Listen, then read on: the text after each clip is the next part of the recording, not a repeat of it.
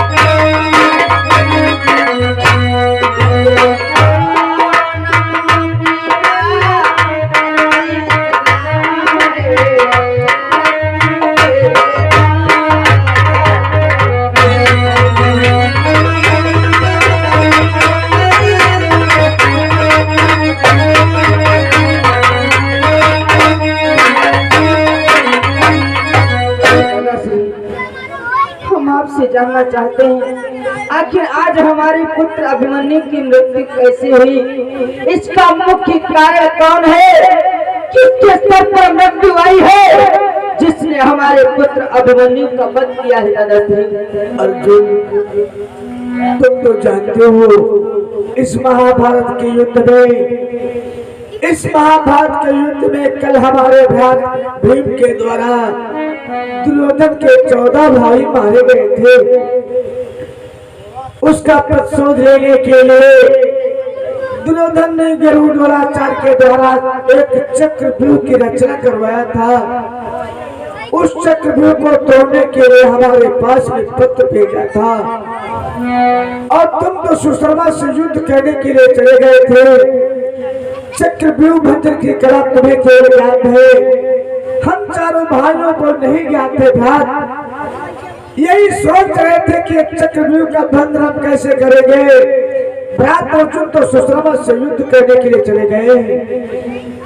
उसमें शर्त लिखी थी कि यदि हम चक्रव्यूह का बंधन कर देंगे तब तो हमारी विजय होगी। यदि चक्रव्यूह का हम बंधन नहीं कर पाएंगे तो हमारी हानि हो जाएगी और हमें दोबारा बर्बाद हो जाएगा। ऐसी शर्त लिखी थी। यही सोच में हम बैठे थे कि इतने में पुत्र अभिमन्यु आ गया। वो मुझसे पूछने लगा तो मैंने बताया। वो कहने लगा ताऊ जी मुझे आज्ञा दो, मैं उस चक्रव्यूह का भंजन करने के लिए जाऊंगा। मैंने बहुत समझाया। ये कहने लगा मुझे चक्रव्यूह भंजन की कला ज्ञात है ताऊ जी। जब इन्होंने कहा हमें ज्ञात है तो मैंने फिर भी आज्ञा इसे नहीं दिया। तो ये कहने लगा ताऊ जी यदि मुझे आज्ञा नहीं दोगे तो हम अपनी आत्महत्या कर लेंगे। हे भ्रात अर्जुन, मैं मजबूर हो गया। मजबूर होने के कारण मैंने पुत्र अभिमन्यु को आज्ञा दे दिया। उस चक्रव्यूह में मेरा पुत्र अभिमन्यु गया, सभी द्वारों को तोड़ दिया, परंतु दुष्टों ने धोखे से मेरे पुत्र अभिमन्यु को जयद्रथ ने वध कर दिया। कहते हो दादाश्री हमारे पुत्र को मारने वाला सिंधु नरेश जयद्रथ? हाँ भ्रात, पुत्र अभिमन्यु के मरने का कारण जयद्रथ है। भ्रात जयद्रथ देखा मधुसूदन, आज उस जयद्रथ ने हमारे पुत्र का वध कर दिया है। इसलिए मधुसूदन कि हे मधुसूदन तुम साक्षी हो, चलो को छू प्रण करना हो, चलो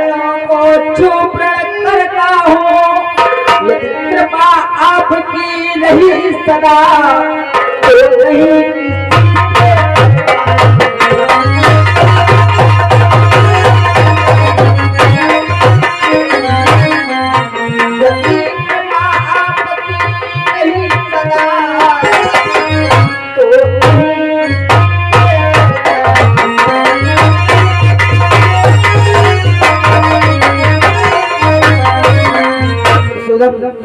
आज उस दुष्ट जागृत ने हमारे पुत्र का वध कर दिया है, इसलिए अगर आपकी कृपा मुझ पर बनी रही तो मैं आज इसी समय एक प्रतिज्ञा करता हूँ मधुसूदन कि ब्रह्मा के समझाने पर भी मैं नहीं तजूंगा निज पथ को, मैं नहीं तजूंगा निज पथ को। कल सूर्यास्त के पहले ही मारूंगा तुझे जगत को।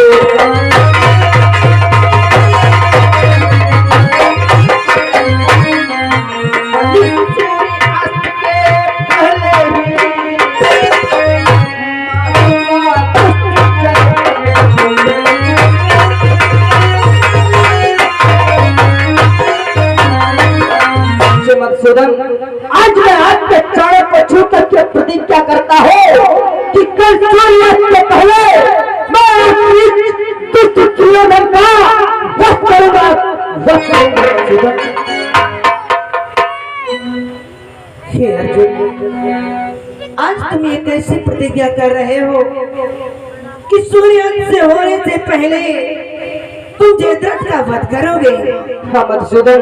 अर्जुन कि हे परमेश सखा है आरती वीर अच्छा अभिमान नहीं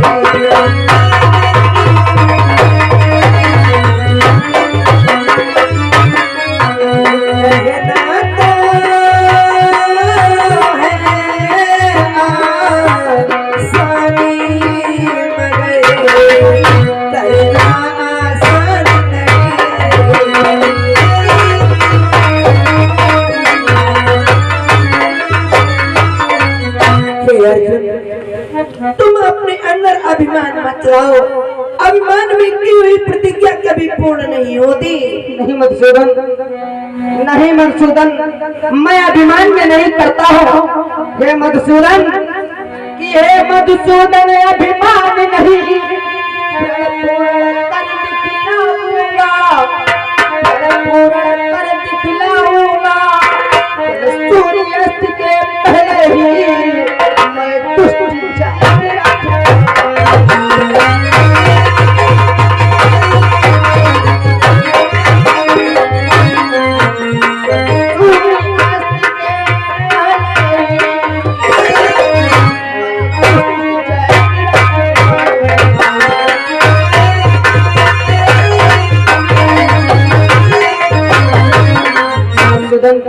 मैं प्रतिज्ञा अभिमान में नहीं कर रहा हूँ। मैं अपना प्रण अवश्य पूर्ण करके दिखलाऊंगा। कल सूर्यास्त से पहले मैं उस दुष्ट नीच दुर्योधन का सर अवश्य काटूंगा। तुम तो जानते हो रणभूमि में इस समय कौरव दल के सेनापति तुम्हारे गुरु आचार्य द्रोण हैं। आचार्य द्रोण कारण तथा कृपाचार्य जैसे महावीर के होते हुए तुम जयद्रथ तक किस प्रकार से पहुंचोगे? मधुसूदन, किसी न किसी विधि से मैं जयद्रथ के पास अवश्य पहुंच जाऊंगा। क्यों न सारा संसार आकर के उसकी सहायता करे, परंतु कल सूर्यास्त के पहले मैं उस नीच दुर्योधन को अवश्य मारूंगा। यदि तुम जयद्रथ तक न पहुंच सके तो क्या करोगे? मधुसूदन, अगर मैं उस जयद्रथ तक नहीं पहुंच सका और ये मेरा प्रण पूरा नहीं हुआ तो मैं आज यहीं पर दूसरी प्रतिज्ञा भी करता हूँ मधुसूदन। अब कैसी प्रतिज्ञा पाल? कि दूसरी प्रतिज्ञा भी सुन लो, प्रण पूरा ना कर पाऊंगा, प्रण पूरा ना कर पाऊंगा तो सर्वचिता को रख करके काल भस्म हो।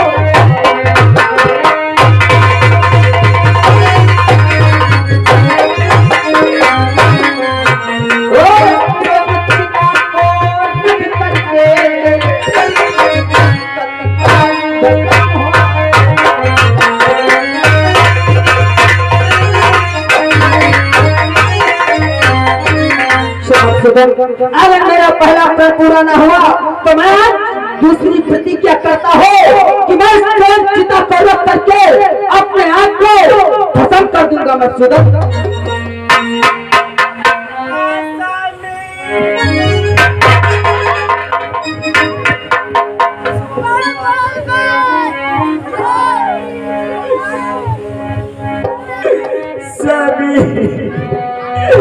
मुझे छोड़ के कहा गए स्वामी?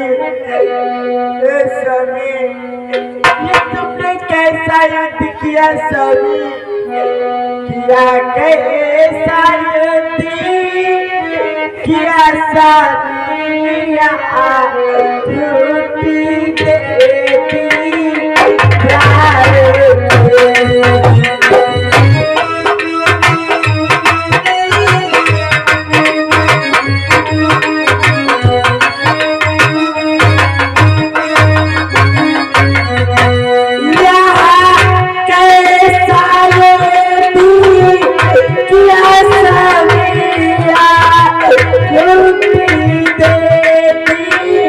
प्यार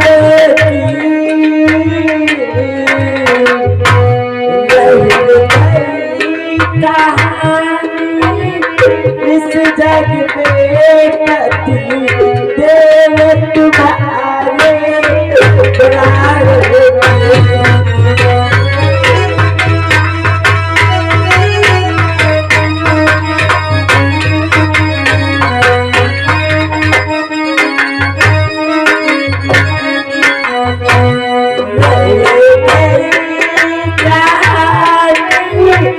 इस जग में तुम्हारे प्राण।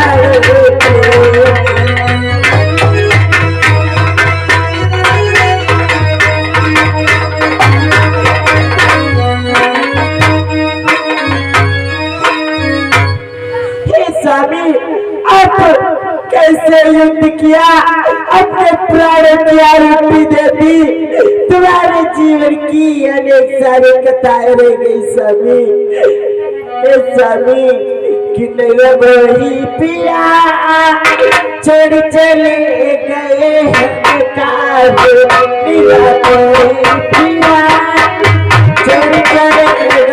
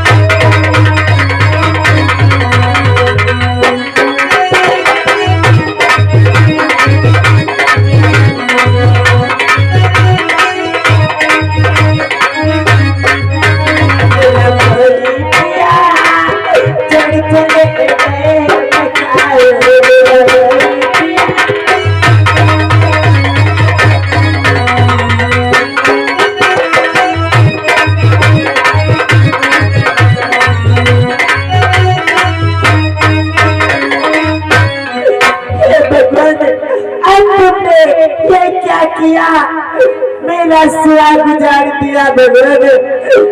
हे मामा कि मामा मामा रे मामा जियो सहारे किसको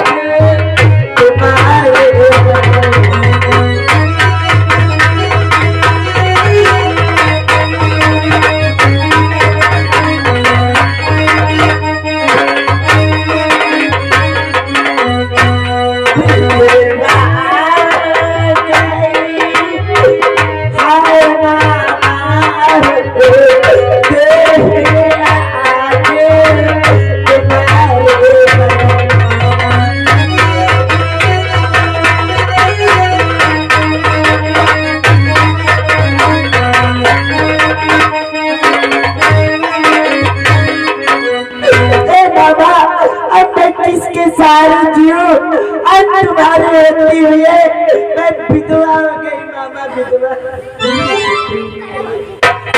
तुम अपने हृदय में धैर्य धारण करो, इतनी अधीर मत हो पुत्री और पुत्री कि जो जहे में जगत में लेता है वह दिवस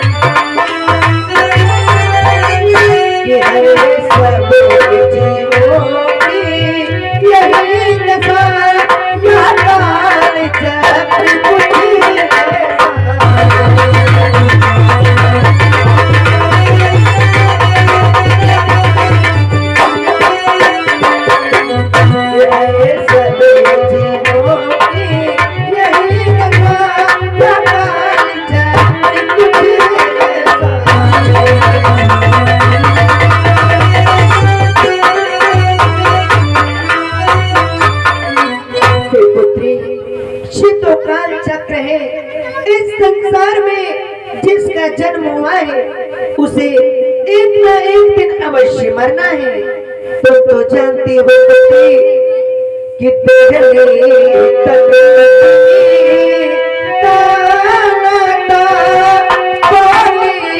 तक माँ का नाता है।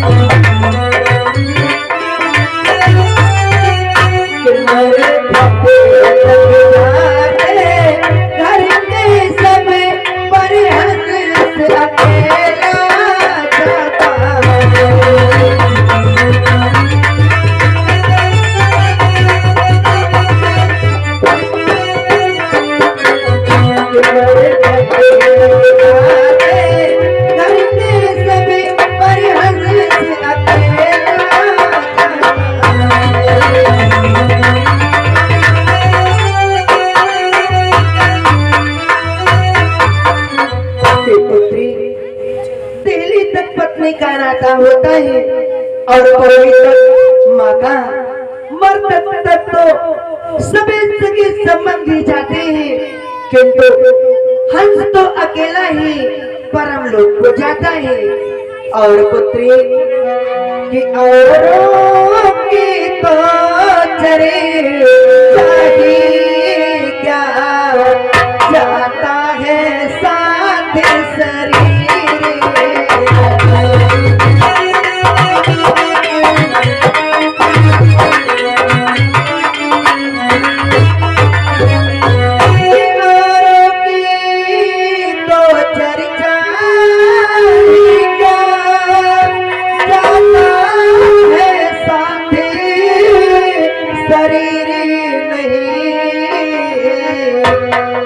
सोच समझ करे ये बेटी हो मन में अधिक अधीर।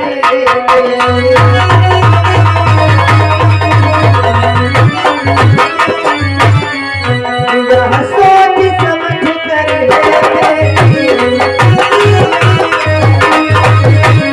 सोच समझ करे बेटी हो मन में अधिक अधीर।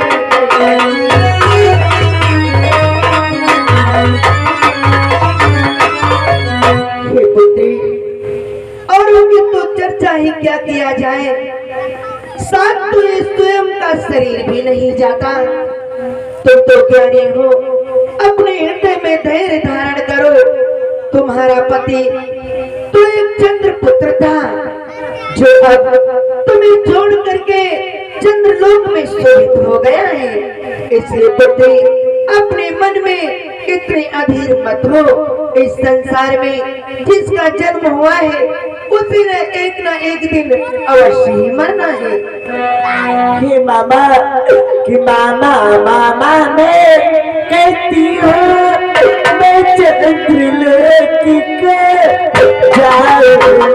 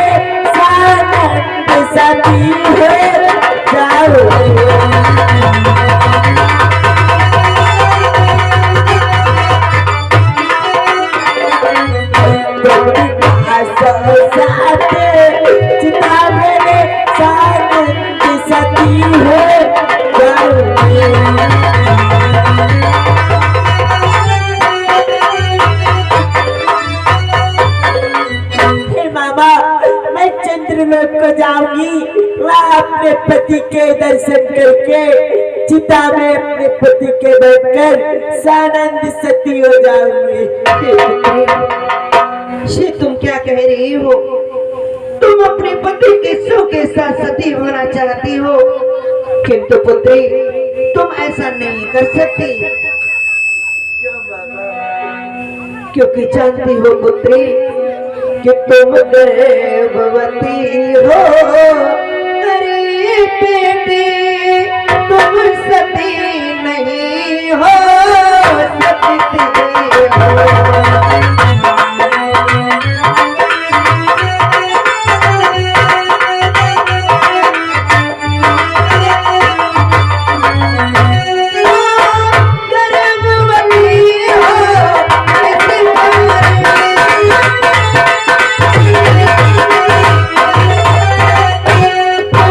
सती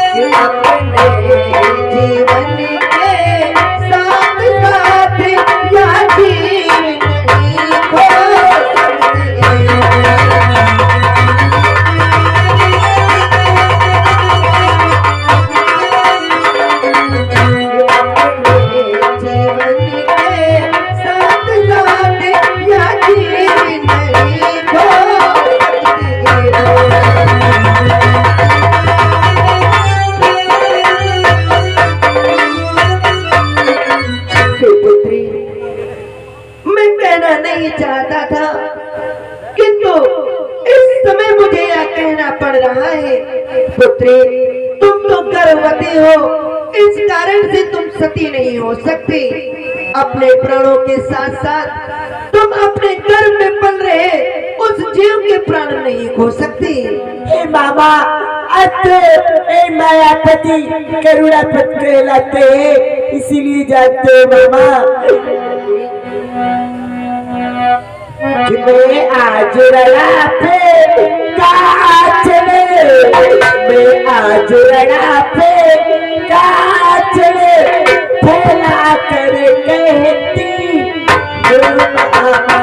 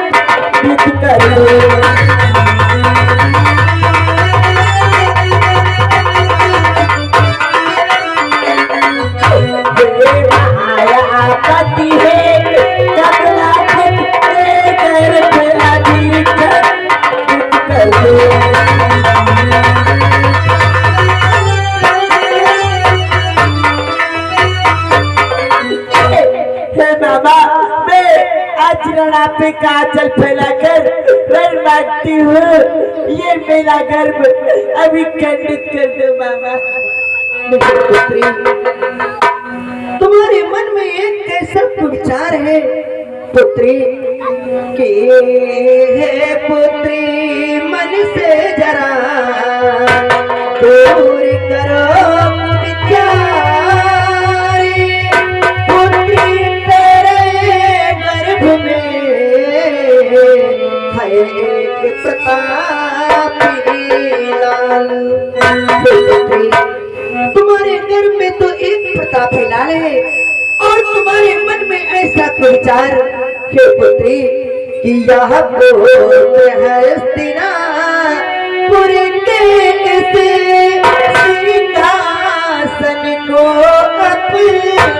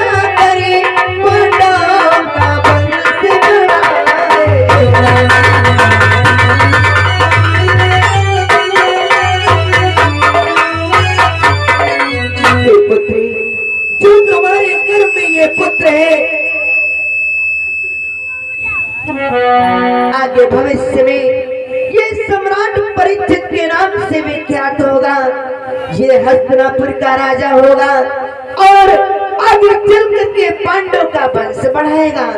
इसलिए पुत्री, मैं तो यही कहता हूँ कि अपने मन से इस विचार को त्याग दो।